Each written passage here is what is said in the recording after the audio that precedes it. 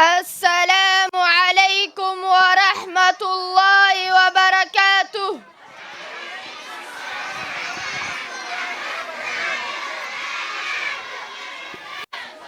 الحمد لله الكريم الرحمن، علم القرآن، خلق الإنسان، علمه البيان، وأشهد أن لا إله إلا الله وحده لا شريك له، وأشهد أن محمدًا عبده ورسوله صلى الله عليه وعلى آله وصحبه ومن تبعهم بإحسان إلى يوم الدين، وسلم تسليما كثيرا.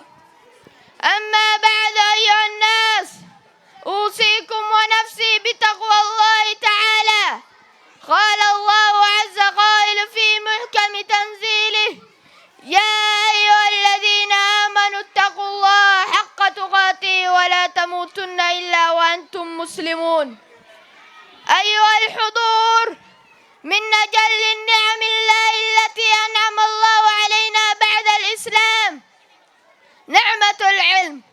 إذن العلم هو خير والهداية والبركة والرفعة. مدحه الله عز وجل في كتابه وعلى لسان رسول الله صلى الله عليه وسلم. قال تعالى: وقل رب زدني علما. وأول كلمة من الوحي المبارك نزلت على رسول الله صلى الله عليه وسلم هي كلمة اقرأ، كما في قوله تعالى: اقرأ باسم ربك الذي خلق. وهي أمر بطلب العلم وسعي في تحصيله، لأنه النور الذي يخرج الناس من الظلمات الجهل إلى نور العلم وميدان المعرفة لبناء الفرد وارتقاء الأمم.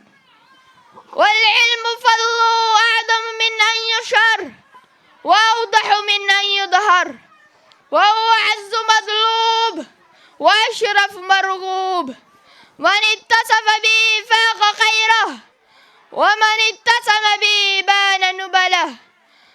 رفع الله أهله درجات ونفى المساواة بينهم وبين غيره كرات ومرات.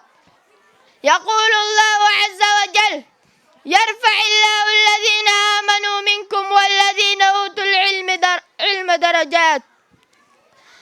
قال ابن عباس رضي الله عنه أن رسول الله صلى الله عليه وسلم: من سلك طريقا يلتمس فيه علما سهل الله له طريقا إلى الجنة. والعلم أيها الناس هو الطريق فوز بالجنة. فعن أبي هريرة رضي الله عنه قال رسول الله صلى الله عليه وسلم: من سلك طريقا يلتمس فيه علما سهل الله له طريقا إلى الجنة. متفق عليه. والعلم أيها الأحباب مورث للخشية مثمر للعمل. قال تعالى: إنما يخشى الله من عباده العلماء. أيها الضيوفنا الكرام، وبمناسبة الإتمام العودة الدراسة لأبنائكم ولله الحمد والمنة، فالأسرة على عاتقها دور مهم في تهيئة الأبناء سلوكيا وعلميا. فقد كان سلفا يعلمون أبناءهم أدبا وعلما بعدما كان قدوات لهم في خير والصالح.